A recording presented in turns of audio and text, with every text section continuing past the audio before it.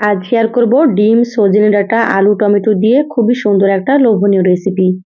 এই রেসিপিটা কিন্তু মাছ মাংসের স্বাদকেও হার মানাবে।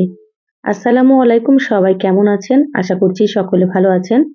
আবারও একটা নতুন রেসিপি নিয়ে আপনাদের মাঝে চলে আসলাম। অবশ্যই আপনারা স্কিপ না করে পুরো রেসিপি দেখে নেবেন। আশা করছি রেসিপিটা আপনাদেরকে খুবই ভালো লাগবে এবং সহজ মনে হবে। তো চলুন রেসিপি শুরু করি। এখানে দেখুন সজনে ডাঁটা কেটে নিয়েছি। তো এখানে পছন্দ মতো সাইজ করে কেটে নিয়েছি। তো আমি এখানে 200 গ্রাম মতো সজনে ডাঁটা নিয়েছি। এখানে দেখুন নিয়েছি 4টে ডিম আর 2টো টমেটো কেটে নিয়েছি এভাবে করে।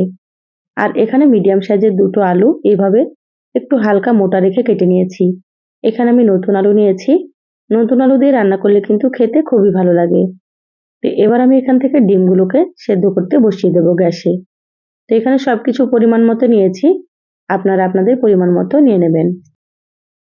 ডিমগুলো সেদ্ধ করে খোসা ছাড়িয়ে খুব ভালোভাবে ধুয়ে পরিষ্কার করে নিয়েছি।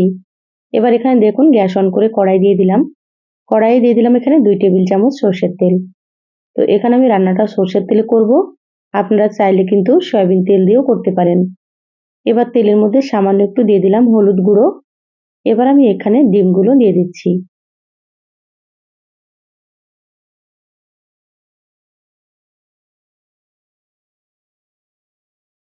এখানে আমি একে একে 4টে ডিম দিয়ে দিলাম। এবার ডিমগুলোকে হালকা করে একটু ভেজে নেব। খুব বেশি ডিম কড়া করে ভাজবো না। ডিম কড়া করে ভাজলে কিন্তু উপরটা শক্ত হয়ে যায় আর খেতে ভালো লাগে না। সেজন্য হালকা করে ভেজে নিচ্ছি।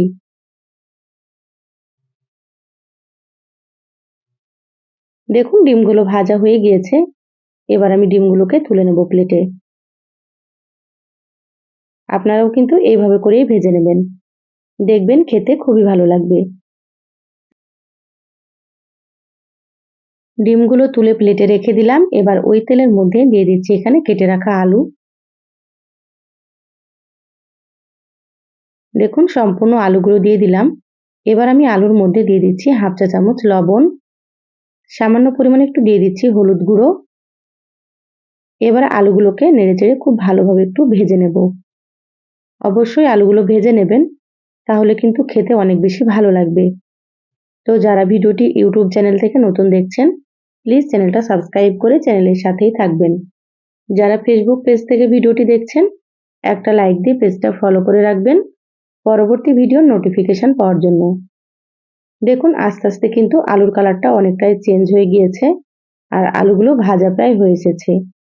তো এবার আমি এখানে দিয়ে দিচ্ছি কেটে রাখা সজনে ডাঁটা।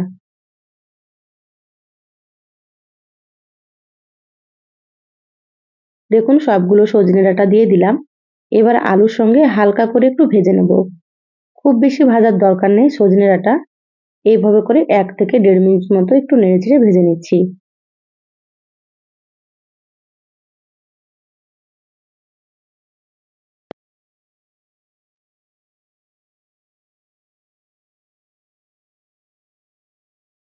দেখুন সজনে ডাঁটাগুলো ভাজা হয়ে গিয়েছে। এর থেকে বেশি ভাজবো না। এবার আমি সজনে ডাঁটা আর আলুগুলোকে প্লেটে তুলে নিচ্ছি। আপনারাও কিন্তু এভাবে সজনে ডাঁটাগুলোকে হালকা একটু ভেজে নেবেন।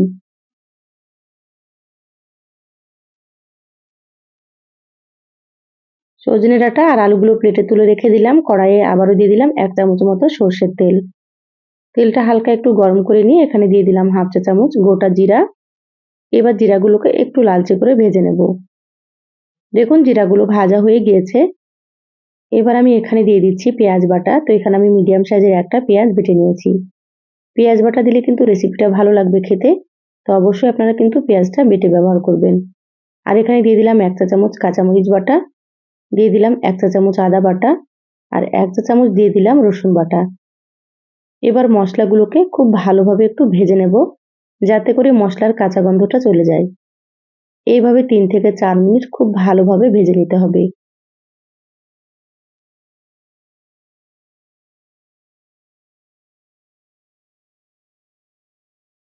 দেখুন মশলাগুলো আমি 3-4 মিনিট মতো ভেজে নিয়েছি।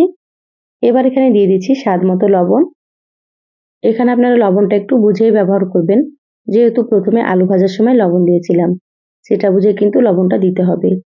দিয়ে দিলাম হাফ চা চামচ হলুদ গুঁড়ো, হাফ চা চামচ দিয়ে দিলাম মরিচের গুঁড়ো, আপনারা যেমন ঝাল খাবেন সেইভাবে করে এখানে মরিচ গুঁড়ো দিয়ে দেবেন। হাফ চা চামচ থেকে একটু বেশি দিয়ে দিলাম জিরা গুঁড়ো, আর এখানে হাফ চা চামচ থেকে একটু কম দিলাম ধনিয়া গুঁড়ো, হাফ চা চামচ দিয়ে দিলাম কাশ্মীরি মরিচের গুঁড়ো। কাশ্মীরি মরিচের গুঁড়োতে ঝাল হবে না, কালারের জন্য দিয়ে দিলাম। আপনারা চাইলে এটা দিতেও পারেন বা আপনারা বাদ দিতেও পারেন। এবার সামান্য পরিমাণে একটু পানি দিয়ে দিলাম।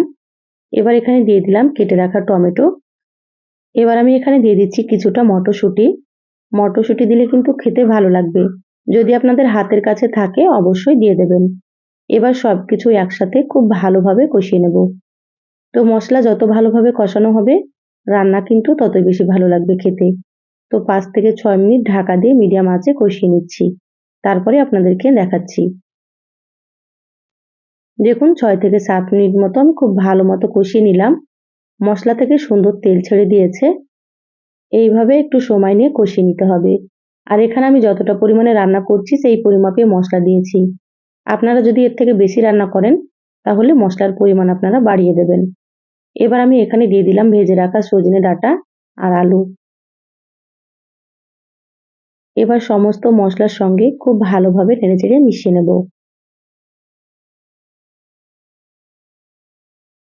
দেখুন খুব ভালোভাবে নেড়েচেড়ে মিশিয়ে নিয়েছি। এইভাবে করে 1 থেকে 2 মিনিট মতো খুব ভালোভাবে একটু কষিয়ে নেব। তাহলে রান্নাটা খেতে আরো বেশি ভালো লাগবে। তো এবার আমি এখানে ভেজে রাখা ডিমগুলো দিয়ে দিচ্ছি। এবার দেখুন ডিমগুলোকে এভাবে করে খুন্তি দিয়ে একটু কেটে নিচ্ছি। তাতে করে ডিমের ভেতরে মশলা ঢুকবে আর ডিমগুলো খেতেও বেশ ভালো লাগবে। তো এইভাবে করে আপনারা কিন্তু কেটে নিতে পারেন বা আপনারা প্রথমে ছুরি দিয়েও কেটে নিতে পারেন। একসাথে আবারও খুব ভালোভাবে একটু ডিমগুলোকে মিশিয়ে নেব। তো আমার চ্যানেলে আরো অনেক রেসিপি আছে, চাইলে কিন্তু আপনারা দেখে নিতে পারেন। আমি সবসময় সহজ রেসিপি আপনাদের সঙ্গে শেয়ার করার চেষ্টা করি, আর রেসিপিগুলো খেতে কিন্তু ভালো লাগে। আপনারাও একবার রান্না করে খেয়ে কমেন্ট করে জানাবেন আপনাদেরকে কেমন লেগেছে। খুব ভালোভাবে কষিয়ে নিয়েছি। এবার আমি এখানে দিয়ে দিচ্ছি ফুটন্ত গরম পানি। তো এখানে আমি প্রায় 3 কাপ মতো পানি দিয়ে দিলাম, যেহেতু সজনে ডাঁটা আলুগুলো সেদ্ধ হবে সেজন্য। তো আপনারা যেমন ঝোল রাখতে পছন্দ করবেন সেভাবে করে এখানে পানি দিয়ে দেবেন। আর অবশ্যই এখানে গরম পানি ব্যবহার করবেন। গরম পানি দিয়ে রান্না করলে কিন্তু সবকিছু খুব তাড়াতাড়ি সেদ্ধ হয়ে যাবে আর খেতেও বেশ ভালো লাগবে। দেখুন ঢাকা দিয়ে মিডিয়াম আঁচে 10 মিনিট রান্না করে নিয়েছি। ঢাকাটা খুলে নিলাম। সজনে ডাঁটা আলু খুব সুন্দর মতো সেদ্ধ হয়ে গিয়েছে। আর দেখুন ঝোলটাও কিন্তু আগের থেকে অনেকটাই কমে গিয়েছে। এবার আমি এখানে দিয়ে দিচ্ছি 1 চা চামচ মতো ভাজা জিরা গুঁড়ো। আর এখানে দিয়ে দিচ্ছি কিছুটা ধনিয়া পাতা কুচি। তো অবশ্যই কিন্তু আপনারা এখানে ভাজা জিরার গুঁড়োটা ব্যবহার করবেন। ভাজা জিরার গুঁড়োটা দিলে খেতে বেশ ভালো লাগে। এবার হালকা হাতে সবকিছু নেড়েচেড়ে মিশিয়ে নিচ্ছি।